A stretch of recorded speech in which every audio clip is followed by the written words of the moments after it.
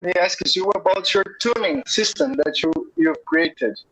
Yes, and I wish I could demonstrate it. I don't have a guitar to demonstrate it, and I really wish I did, but I can tell you about it. And to me, I think it really is a remarkable invention. And I wish I could play it for you, but basically, it's like having a capo on the 5th fret. These are your open strings, but the first and second string are down an octave. So that'll be these two notes here. So it goes. Those are the open strings. And because it's basically the same tuning as guitar, except two strings are an octave lower, you can still play all the normal chords, all the shapes you know, all function.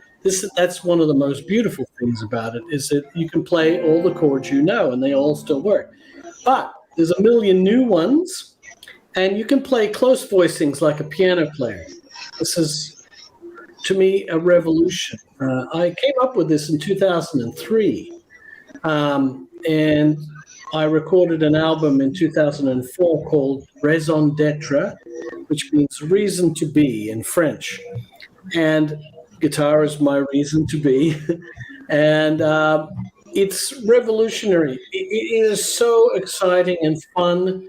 It's like having a new instrument without having to learn. There's a lot of open tunings where you have to change the pitches of the strings. And you might learn one or two songs but you have to do it by memory.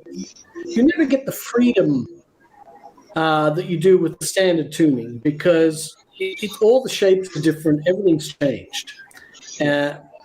With my tuning, the Gambale tuning, it's still basically the guitar tuning, but a couple of notes are in a different octave. So a half step, instead of doing it like this, big stretch to get a half step, it would be like this. It would look like a 7th, because this is an octave lower. Yeah. I play a 13th. There will be an octave lower. Yes, perfect. Yeah. When I play a 13th voicing like this, it's more of what I would play on the keyboard. It's these 4 notes together. Yeah.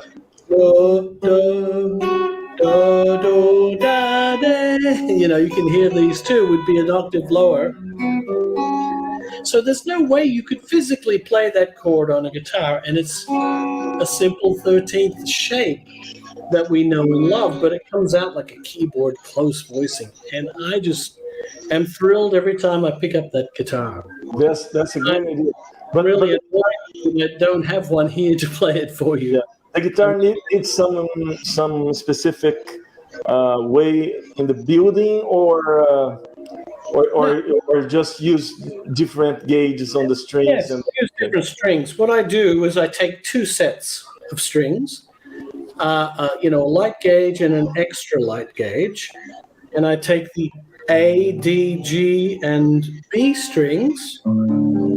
So A string is the low string then, A, D, G, and the B I tune up a half step to C, right? And then the first and second, since they're an octave lower, it's I take a lighter gauge D string and G string, the 4th and 3rd strings, because they're the closest. D and G is the closest to these 2 notes. But I use a lighted gauge to balance, and then these 2 notes are the D and G strings from a lighter gauge tuned up a whole step, right? So it goes.